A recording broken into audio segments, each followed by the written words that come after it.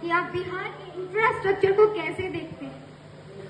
देखिए, बिहार का इंफ्रास्ट्रक्चर अगर सुधारना है तो हम लोग का एक छोटा सा योगदान होता है बच्चों को पढ़ाना। वो आगे जाएंगे, वो आगे योगदान देंगे, लेकिन जो एक बड़ा सा क्षेत्र है वो यहाँ की सरकार की होती है। हम पढ़ा दें, वो अच्छा व्यक्ति बन गए, लेकिन अगर सरकार रोजगार ही न दे तो इंफ्रास्ट्रक्चर कैसे सुधरेगी? हम लोग को शौक तो है कि घर बनाए, लेकिन घर बनाने के लिए पैसा भी होना चाहिए। पैसा कहां से आएगा भाई? तो चोरी तो करेंगे नहीं, तो रोजगार खोजेंगे। अब बिहार सरकार रोजगार दे नहीं रही है। अगर बिहार सरकार रोजगार दे दे, हम लोग के पास पैसा आ जाए, इंफ्रास्ट्रक्चर अपने आप सुधर जाएगी। तो सबसे बड़ी बात है रोजगार। रोजगार मिल जाएगा, इंफ्रास्ट्रक्चर अपने आप सुधार जाएगी, किसी को सुधारने की आवश्यकता नहीं। आप दोनों के हिसाब से बोधिया का लॉ एंड ऑर्डर कैसा है? देखिए, अभी तो बोधिया में सारा कुछ ठीक है, बस एक प्रॉब्लम यहाँ पे एक ट्रैफिक का होता है, क्योंकि ट्रैफिक का प्रॉब्लम बहुत ज्यादा है। और दूसरी बात, बोधिया एक इंटरनेशनल पैलेस है और यहाँ पे हर एक साल लाखों करोड़ों बोलते तो चलेगा, लाखों करोड़ों टूरिस्ट जो है यहाँ पे विजिट करने के लिए आते हैं, घूमने के लिए आते हैं। तो यहाँ पर थोड़ा सा अगर ट्रैफिक में सुधार कर लिया जाए और यहाँ की जो घूमने यानी कि जो टूरिस्ट पैलेस है उसको थोड़ा सा और अगर हम डेवलप कर दें, तो जो एक बोध के एक जो टूरिस्ट पैलेस है इंटरनेशनल, वो थोड़ा सा और ग्रो कर सकता है।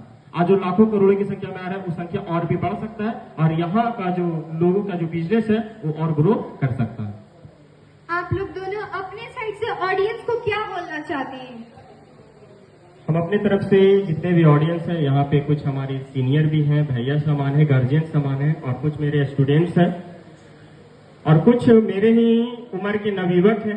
तो उनको हम केवल यही कहना चाहेंगे कि जितने भी नवयुवक हैं, अपने जिस क्षेत्र में मेहनत कर रहे हैं उस क्षेत्र में मेहनत करते रहिए, क्योंकि मेहनत करने वाले को कभी हार नहीं हासिल हुआ। अभी मैं एक आंखों देखी न्यूज को हम एक छोटा सा एग्जांपल के तौर पर शुरू करते हैं कि ये चैनल उस टाइम शुरू हुआ था जिस टाइम हम अविनाश सर के स्टूडेंट थे।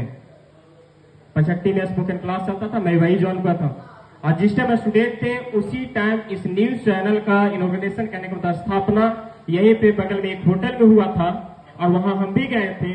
एक छोटी सी प्रयास आज इसी स्टेज पे बोल रहा हूं, ये बहुत ही बड़ी अचीवमेंट है। तो जिस सेक्टर में आप काम कर रहे हैं उस सेक्टर में एक तत्पर काम करते रहिए। जिस टाइम हम पढ़ाना स्टार्ट किए थे उस टाइम मेरे पास 15 स्टूडेंट थे और मात्र 100 रुपये फीस हम अपने गांव में पढ़ाते थे। 2015 से मैं पढ़ा रहा हूँ और 2025 पिछले 10 साल से मैं एजुकेशन में जुड़ा हुआ पढ़ा रहा हूँ। आज इतना हो गया कि मेरे पास 600 स्टूडेंट है। पूरा एक बिल्डिंग, काली मंदिर के सामने 4 फ्लोर का बिल्डिंग है, पूरा बिल्डिंग में मेरा अकेला कोचिंग चलता है, मॉडर्न अकेडमी बोधिया।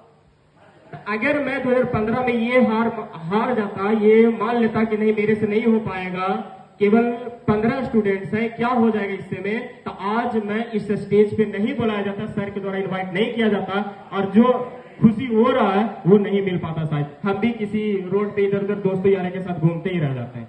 आज मेरा दोस्त इधर उधर होगा, लेकिन बताइए हम यहाँ पे आज स्टेज पे किसी सर के माध्यम से, ये न्यूज चैनल के माध्यम से आप लोग मेरे सुन रहे हैं और पूरा बिहार और झारखंड मेरी बातों को सुनेगा। तो जिस सेक्टर में है, जिस क्षेत्र में है, हम केवल यही कहेंगे कि आप मेहनत करते रहिए, कभी हार नहीं मिले।